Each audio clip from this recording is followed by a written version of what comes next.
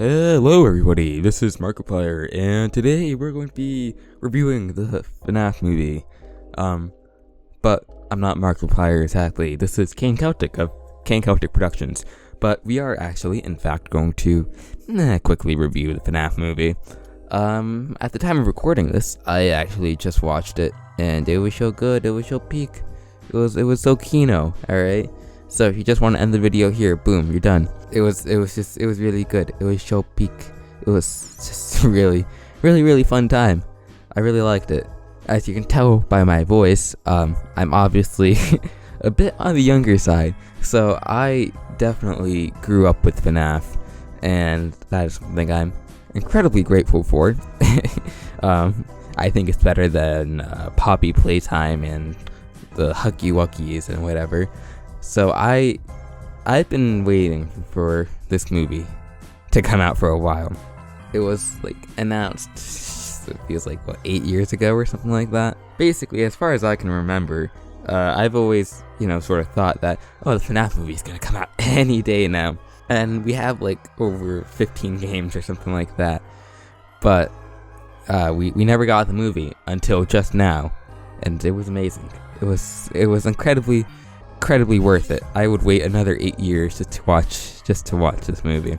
Am I saying it's the greatest movie of all time? No, definitely not. 100% not.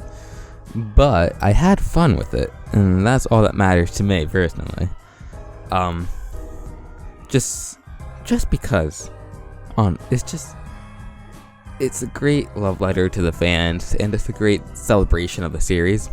I know that right now this movie doesn't have the highest scores of all time, but I understand it, but at the same point, I don't think those people get what this movie is trying to be, because just because, film critics or whatever, they're probably not the biggest FNAF fans of all time, truth be told, right? That's okay, not everyone has to be, but it is a bit silly, I guess, to compare the FNAF movie to Citizen Kane or something like that. Because it's just a good old little horror thriller thing. Even though it's more horror adjacent, definitely leans more into thriller. Because the movie, personally, I didn't find it that scary. Yeah, it is scary. I wouldn't send your small child to watch this movie all by themselves in a theater. But it's still just a kid's series after all. There's nothing wrong in admitting that FNAF is targeted towards kids, especially nowadays.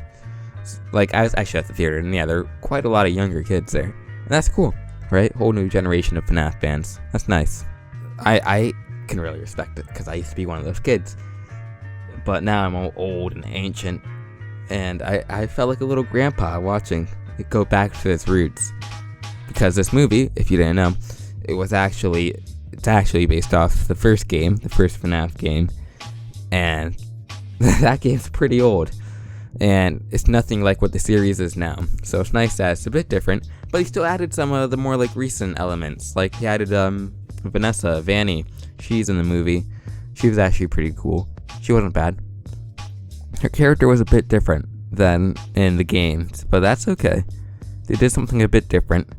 I'm not going to go too deep into spoilers this video, I don't think. And if I do, I'll let you know. But, this movie was just really fun. One thing I should mention is that I think the actors all did a really good job. The protagonist, Mike, I felt like he was really fun, and he put a lot of effort in. But I don't think he's actually the greatest actor in the movie. It's probably the little actress, the little girl, Abby, in the FNAF movie. I think she actually did probably the best out of everyone, except for another character who you may or may not know. I'm not going to say it right now, but chances are you definitely know who it is. He should have had more screen time, maybe just a bit more. But if you ever do a sequel, I think we all know who's gonna come back. But it's whatever. Let's see, what else is there to talk about without going too deep into spoilers? One thing I did like is how nice actual pizzeria looked like. It was very faithful to the games, kinda. not visually, like it's definitely an entirely different pizzeria, but on the offhand, it still matches the same vibe and aesthetic, which is all I could really ask for. It's if you ever read the book, the original Fnaf book, The Silver Eyes, it really reminds me of what I'd imagine it to be like. I know that there's a graphic novel now of the original book, and it probably has an actual version of the location, but just in my mind, I imagine that it would look like the movie's adaptation. So I have no real complaints about that. Let's see what else can we talk about. The kills in this movie were pretty sporadic. It was very sporadic, actually. I didn't feel like... Okay, there were plenty of kills, mostly by just like random filler characters, like characters who just show up only so they can die, really. And it's like, okay, whatever. I guess I don't care. You have to have, body counts in horror movies, right? Gotta get James A. Janice up to cover it all. But I just feel like they could have done a bit more. But maybe that's just me, right? I don't know.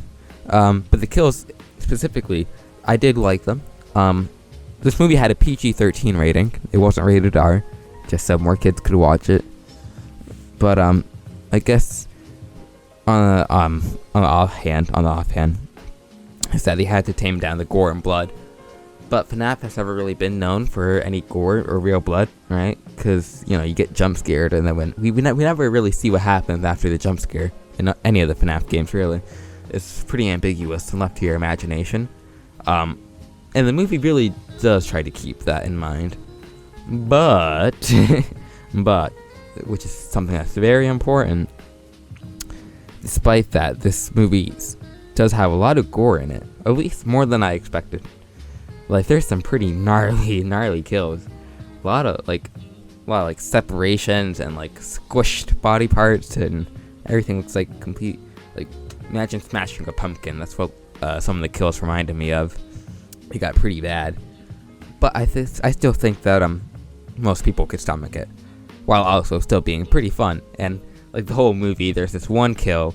I think it's like the first one we really see actually happen. If you watch the movie, you know which one I'm talking about. But in my theater, literally everyone just made like an audible, and that was pretty cool, right? Because it was pretty unexpected. I don't think anyone thought that this movie would go that far, but it did. The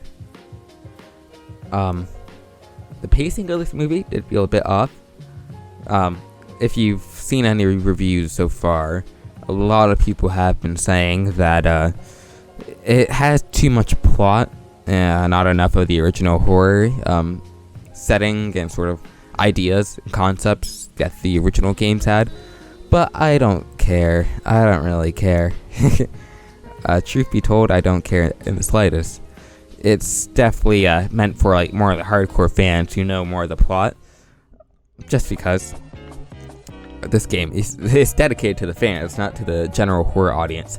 But still, even if you don't know much about FNAF, you'll still probably enjoy it, so long as you know like the basic concepts. But going back to the pacing, basically like the story does go by pretty fast, while also not getting to the point quick enough. Like, I felt like the intro was a bit too slow. They could have sped that up. But once it starts going, it gets going. It also gets a bit weird near the middle, because it sort of feels like it's a nothing burger. But honestly, I don't feel like there's story, but it's more like lore and just sort of like hinting at things to come in the future. Like, specifically if you do a sequel or something, I think a lot of people would enjoy that. And I think the next movie is probably going to have more an actual plot, while this one just sort of has a lot that you need to understand and a lot of like clues to what's going on. I feel like I may have to watch it again sometime just to get a better grasp of what the hell it is I just watched. But still, it was fun. It's just one big ride to go on. Now, I think at this point we could probably get into spoilers now. But yeah, we could probably get into spoilers. So, if you haven't watched this movie, I highly suggest it. Form your own opinion. do whatever you need to do and just watch it. Have fun. But if you have watched it or you just don't care, let's get into spoilers. So, our boy Mike Schmidt is our main protagonist, our main character. He's pretty fun. I liked him. I was really praying that he would be Michael Afton. But it turned out, SpaghettiOs. No, this is just Mike Schmidt, the original security guard, who is Michael Afton in the game's timeline. But I guess the movie's going to be its own separate identity, which is okay. I'm fine with that. It makes it a bit confusing because right now we have the game storyline, the book storyline. The books are a whole other thing. And then the movie storyline. And I'm guessing all three of these are connected somehow. But what way? I don't know. I couldn't tell you. I'm not that too deep into Fnaf right now. It's been a while. You know, I'm more focused on that Poppy Playtime grind set, I guess. But I still think it made enough sense. And I think it was okay that Mike wasn't William Afton's son. And hey, spoiler alert, everyone who thought Matthew Lillard was going to play Springtrap, wow, I guess we were all surprised when it turns out that, yeah, he was Springtrap. Everyone knew he was going to be Springtrap. That's okay, it's cool. He actually did really good. Yeah, Springtrap was just amazing. He's just so poggies. They added Vanessa from FNAF Security Breach, but they made her the daughter of William Afton, and that was just strange. Like, maybe I'll get okay with it later. I'll get more comfortable with it.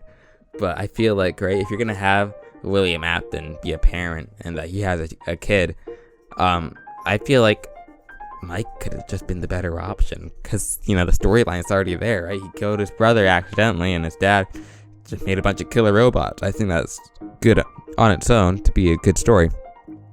But maybe not. I don't know. Let's see. What else? The Cassidy, Golden Freddy. I don't know what his deal was. He was a bit weird, because, like, yeah, he talked a lot, but he also didn't really say anything. Like, he didn't say anything substantial. You really have to know the older games to understand, right? Because he's, like, the first victim or whatever, and he's sort of like the head honcho. But, like, I could imagine most casual viewers just saw that and were like, what? Why does this guy just randomly show up, this random kid, and he gets so much more focus than all the others? And because he's like the main one, but he's not really there. Like, Golden Freddy does show up, yes, for like a brief second, very brief second, but then afterwards he's just completely gone. He's still a hallucination, like the first and second game, but it's just strange. I wish he was in there a bit more, but I guess he was just like a secret cameo in the first game. So I understand that, you know, they just didn't want to highlight him too much, but they probably will in the future. There was also no Springtrap in this movie. Like, yeah, William Afton is in like the Springtrap costume, but he doesn't actually become Springtrap in this movie. It's just hinted at near the end that he's gonna be back as the actual Springtrap, and that's gonna be really cool. Got more stakes. I know a lot of people really wanted the marionette to show up in this one, but surprisingly, they didn't bring that. I don't know if they're going to at this point. Actually, what they're probably gonna do, my theory, is that they're gonna have Garrett, Mike's brother, become the marionette, and it turns out he was the guy who brought everyone to life. I wouldn't be surprised by that. That'd be kind of cool. But that's probably just, I don't know, malarkey. It's just a theory. Oh yeah, speaking of, it's just a theory. Matt Pat showed up, and Corey Extension. That was cool. That was really funny. Yeah, I pointed and I go, hee hee hee ha. That's the game theory guy. And then, yeah, if like Matt Pat does, it's just a theory, and just like, that's so cool. I mean, it's really stupid, and it felt out of place, but it's like, that's so cool. That's my Matt Pat. He's Matty Patty. A patty cake. Peppermint patty. But yeah, it was cool that he at least, you know, celebrated the fans. Matt Pat's been there since the beginning. He's FNAF's strongest soldier. Sadly, Mark was in fact not in the FNAF movie. That's okay. I understand why, just because he's making his own movie. Good for him. I'm very excited for Iron Lung to come out, and I'm just happy that Mark gets to do something too, even if he had to sacrifice Fnaf. But maybe he'll be in a sequel. You never know. I don't watch Corey X Kenshin, so I wasn't like the biggest, oh my god, that's Corey X Kenshin. But it's still cool that he was in there as well, because I know everyone loves him. And he does seem like a really nice guy, so it is cool that, they just brought him back. And he showed up in the end credits. That's kind of funny. Just like a one-off thing, but it's just nice, right?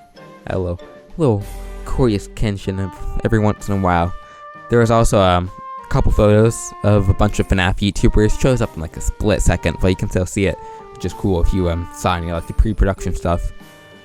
But that's just about it, guys. What else is there to really talk about? So the sequel, right? It's like, what can we see in the sequel? I think it was hinted at that we're not gonna get Fnaf 2 in the sequel. Like, it's not gonna take place before the events of the first movie, which is okay. I think that's actually a good idea. So we're probably just gonna skip straight to Fnaf 3, which is fine. We get Springtrap. Michael's probably gonna come back. And I'm gonna assume Garrett's gonna become the marionette. Maybe we'll see if Henry is in this universe. Henry would be cool. And maybe Gregory or whatever his name is in Security Breach. If not, they're definitely, for the third movie, they're going to make it take place in the security, in the mall or whatever. Have Gregory and all those people show up, which is okay. I don't know. I'm not the biggest fan of that sort of era, so I don't care. But I'm sure it'll still be fun regardless. But outside of that, guys, I think that's about it. I think I can safely say that this was a good movie. This was fun. It was really fun.